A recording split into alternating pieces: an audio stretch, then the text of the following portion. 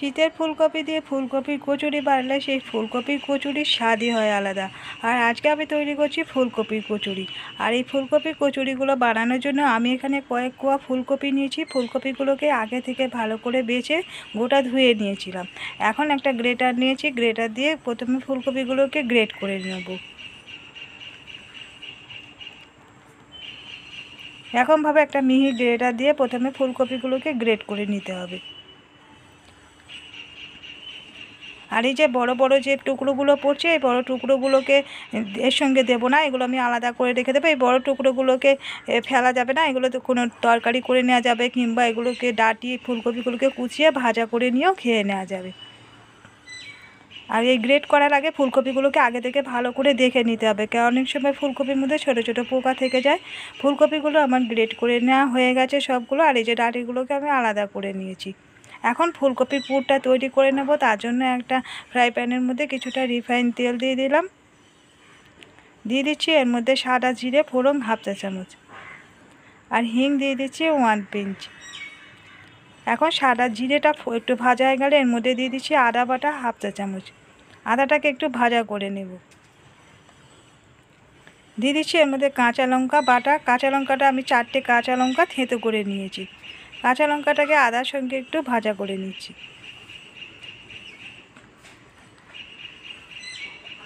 2-4 minute কাঁচা লঙ্কাটাকে একটু নাড়াচাড়া করে নেব। এখন আদা কাঁচা লঙ্কাগুলো ভাজা হয়ে গেছে, এর মধ্যে গ্রেট করে রেখে দেওয়া ফুলকপিগুলোকে দিয়ে দিচ্ছি। এখন একটু নাড়াচাড়া করে এটাকে মিশিয়ে দিচ্ছি। দিয়ে দিচ্ছি নুন, নুনটা পরিমাণ বুঝে দিতে হবে। আর জিরের গুঁড়ো দিয়ে দিলাম হাফ চা চামচ, ধনের গুঁড়ো দিয়ে দিচ্ছি হাফ চা চামচ,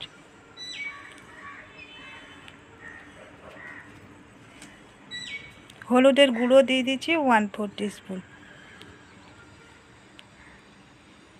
আর গরম মশলার গুঁড়ো দিয়ে দিলাম 1/4 টিস্পুন। এখন সমস্ত মশলাগুলোকে দিয়ে আবার এই ফুলকপিগুলোকে খানিকক্ষণ নাড়াচাড়া করে একটু ভাজা করে নেব। আর গ্যাসের ফ্লেমটা লোতে রাখতে হবে। ফুলকপিগুলোর মধ্যে যে এক্সট্রা জল আছে সেই জলটাকে শুকিয়ে নেব।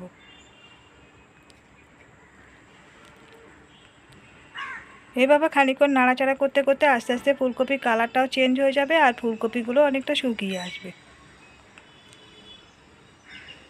দিয়ে দিচ্ছি চিনি 1 চা চামচ। চিনিটাকে দিয়ে আবারও ভালো করে নাড়াচাড়া করে একটু জাল করে নেব। একটু শুকনো শুকনো করে আমি পুরটাকে তৈরি করে নামিয়ে নেব। এখন এর মধ্যে দিয়ে দিচ্ছি কিছুটা ধনেপাতা কুচানো। ধনেপাতা কুচিটাকে দিয়ে একটু নাড়াচাড়া করে আবারও মিশিয়ে দিচ্ছি। এখন ফুলকপির পুরটা তৈরি হয়ে গেছে, এটাকে নামিয়ে আমি ঢেলে রেখে দিয়েছি অন্য একটা পাত্রের মধ্যে, একটু ঠান্ডা করতে দেবো। আর এখন ময়দাটা মেখে নেব। এখানে আমি কিছুটা ময়দা নিয়েছি, এর মধ্যে দিয়ে দিলাম নুন আর চিনি দিয়ে দিলাম হাফ চা চামচ। মাঝখানটা একটু ফাঁকা করে নিলাম, নিয়ে এখন এর মধ্যে দিয়ে দেবো রিফাইন তেল। আমি এখানে 6 চামচের মতো রিফাইন তেল দিয়েছি। তেলটাকে দিয়ে এবারে ময়দার সাথে খুব ভালো করে ময়ান দিয়ে নেব।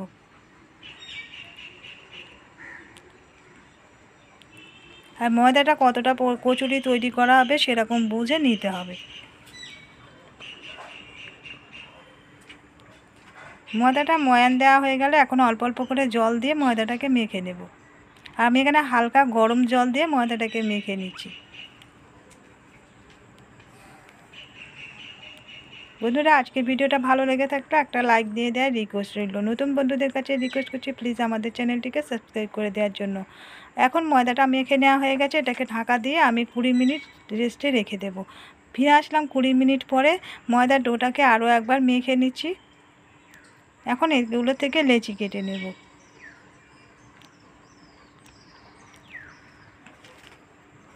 লিচিগুলো করতে হবে যেরকম রুটি তৈরি করা হয় তার থেকে একটু ছোট করতে হবে, আবার লুচি যেরকম বানানো হয় লেচি কাটা হয় তার থেকে আবার একটু বড় করে করতে হবে।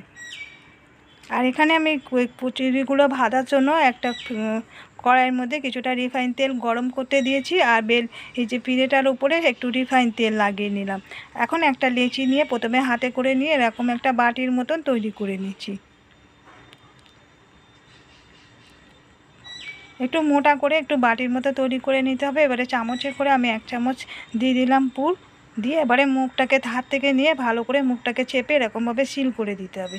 দিয়ে হাত দিয়ে চেপে চেপে একটু চ্যাপটা করে নিচ্ছি, নিয়ে এবারে বেলনি দিয়ে বেলে নিচ্ছি। বেলার সময় খুব বেশি প্রেশার দিয়ে বেলা যাবে না, তাহলে এটা ফেটে পুরগুলো বেরিয়ে আসবে। একটু হালতো করে বেলতে হবে। আর পুরগুলো দেওয়ার সময় একবারে ঠেসে ঠেসে বেশি করে দেওয়া যাবে না, দিলে বেলার সময় কিন্তু এগুলো ফেটে বেরিয়ে যাবে, যেন অল্প করে দিতে হবে। একটা আমার বেলা হয়ে গেছে কচুরি, এখন এটাকে আমি ভাজার জন্য তেলের মধ্যে দিয়ে দিচ্ছি। তেলটাকে আগে থেকে খুব ভালো করে গরম করে নিতে হবে, আর গ্যাসের ফ্লেমটা মিডিয়ামে রেখে ভাজতে হবে।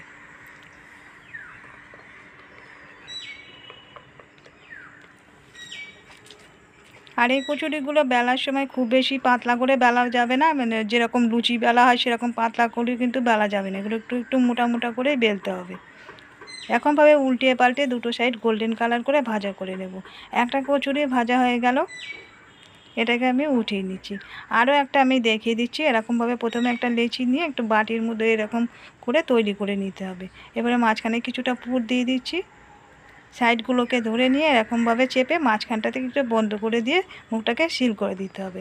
তারপর হাত দিয়ে একটু চেপে চেপে দিচ্ছি, দিয়ে বেলনি দিয়ে এরকমভাবে বেলে নেব। আর বেলার সময় প্রত্যেকবারে বেলনির মধ্যে একটু করে রিফাইন তেল লাগিয়ে নিচ্ছি, তাতে করে জড়াবে না।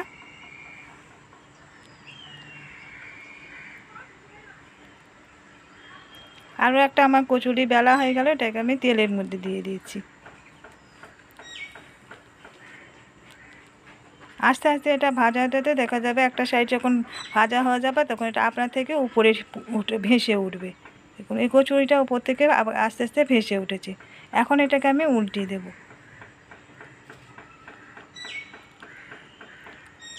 বন্ধুরা, যারা আজকের ভিডিওটা প্রথম দেখছেন, নতুন বন্ধুদের কাছে রিকোয়েস্ট করছি প্লিজ আমাদের চ্যানেলটিকে সাবস্ক্রাইব করে দেওয়ার জন্য। পাশে থাকা বেল বাটনটিকে অন করে রাখবেন, যখনই নতুন ভিডিও আপলোড করব নোটিফিকেশানে আপনাদের কাছে পৌঁছে যাবে। এই কচুরিটা আমার ভাজা হয়ে গেল, উঠিয়ে নিলাম। এরকম গোল্ডেন কালার করে কচুরিগুলোকে ভেজে নিতে হবে। তৈরি হয়ে গেছে ফুলকপির কচুরি। আর আজকে আমি ফুলকপির কচুরিগুলো খাওয়ার জন্য ছোট ছোট নতুন আলুর দম বানিয়েছি, নতুন আলুর দমের সঙ্গে সার্ভ করছি। আর নতুন আলুর দমের এই রেসিপি দিলাম না, তাহলে ভিডিওটা বড় হয়ে যাবে। আর আজকের রেসিপিটা কেমন লাগলো কমেন্ট করে জানাতে ভুলবেন না। ভালো লাগলে একটা লাইক দিয়ে দেবেন, শেয়ার করে দেবেন। আজকের মতো বিদায় নিচ্ছি, আবার ফিরে আসছি নতুন কোনো রেসিপি নিতে। কতক্ষণ সবাই সুস্থ থাকবে।